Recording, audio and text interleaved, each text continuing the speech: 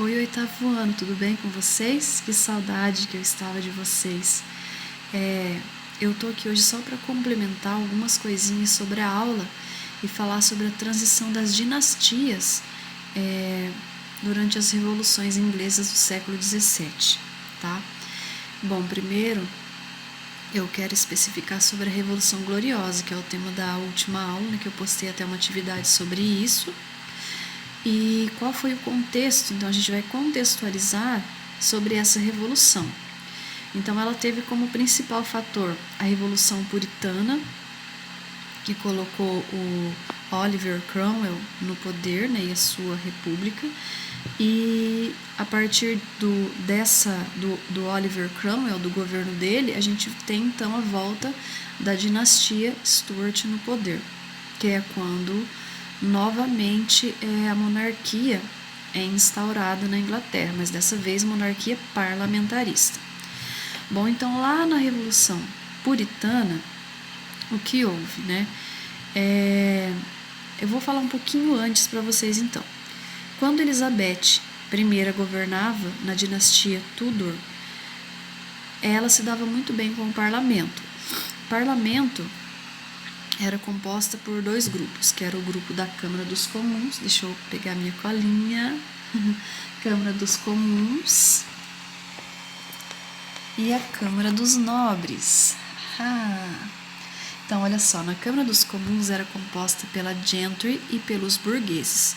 Os burgueses eram aquelas pessoas que enriqueceram, né, através do comércio e tal, e a gentry, aqueles proprietários rurais que praticaram a lei dos cercamentos, conteúdo que vocês estudaram no ano passado. Também eram bem abastados no dinheiro, economicamente falando. Bem, o fato é que quando a Elizabeth se dava muito bem com esses dois grupos, né, do parlamento, então eles se entendiam. A partir do momento que Elizabeth morre e assume Jaime I, o primo dela, né, que é o rei da Escócia, as coisas vão começar a mudar e ficar muito ruins para o parlamento. Ele vai começar a interferir nos assuntos do parlamento, ele vai limitar os poderes desse parlamento, vai começar uma perseguição aos puritanos, porque a religião dele é a anglicana, né? Então ele vai começar uma perseguição muito forte sobre os puritanos e os católicos também. Tanto que a gente vai ver uma migração muito grande dessas pessoas, desse segmento religioso, para outras regiões, principalmente na América do Norte. A gente viu no filme Vermelho Brasil os calvinistas que vieram para o Brasil tentar montar aqui a França Antártida. Não sei se vocês se lembram, mas eu me lembro muito bem, que mostrou muito, muito bem essa parte quando eles vieram para cá, perseguidos, né, lá na Europa. Então, os puritanos, a região que eles migram é para a América do Norte. Aí vai começar, então, um início de colonização nesse lugar.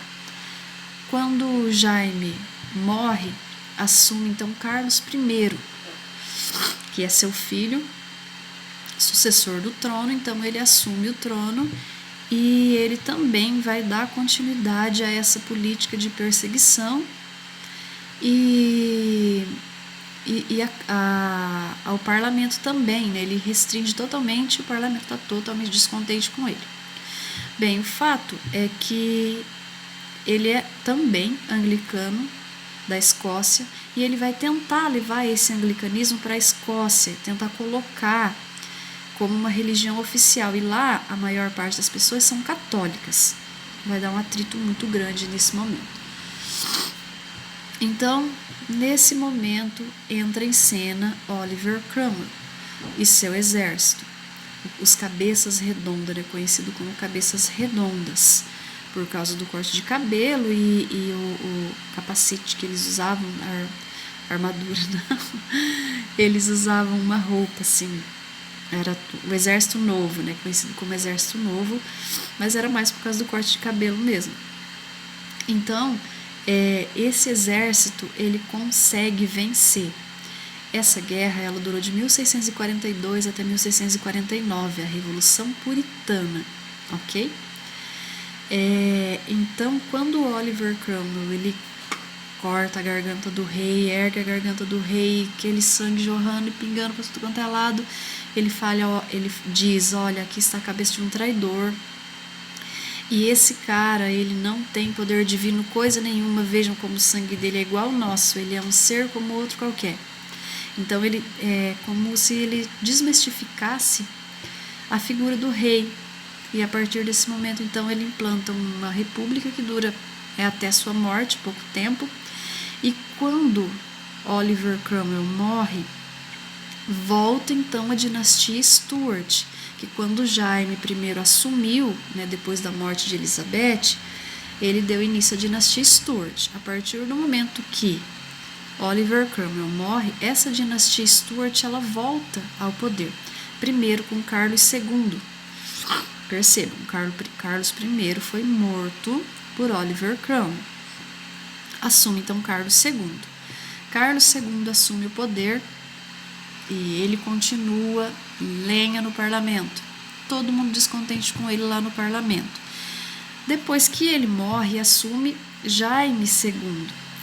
Tá? Então Jaime II assume. E aí que vai começar o processo de Revolução Gloriosa. A Revolução Gloriosa, gente, ela é chamada de gloriosa porque não teve derramamento de sangue, ok? Não morreu ninguém nessa revolução, então por isso ela é chamada de gloriosa, né? A glória.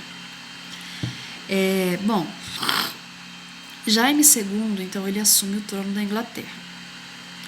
E 1688, 1689 vai acontecer essa revolução. Então, o parlamento, como está com os poderes totalmente limitados, o parlamento foi fechado lá atrás e tal, e eles chegam na filha do rei, que é a Maria Stuart. Ela é casada com Guilherme de Orange. E Guilherme de Orange é que vai assumir o trono daqui para frente. Eles chegam nela e falam o seguinte: se você apoiar essa revolução, o seu pai vai sair ileso, ele não vai ser morto, assim como aconteceu no passado, né, com Carlos I. E vai ficar bom para todo mundo. A gente coloca o Guilherme de Orange no poder e fica tudo certo. Então, ela resolve apoiar essa revolução porque ela não quer que o pai dela morra, né? E o Jaime II, por sua vez, ele aceita, né, ser deposto de boa, porque ele pensa, puxa vida, eu vou sair, não vai ter derramamento de sangue e o poder monarca vai continuar na nossa família do mesmo jeito, através do meu genro, né, que é casado com a minha filha. Então, a partir desse momento, assume Guilherme de Orange, e só que o parlamento ele vai ser muito esperto nesse momento, porque já tinha acontecido outras vezes deles assinarem documentos que não valia nada e depois o rei continuar como um rei absolutista.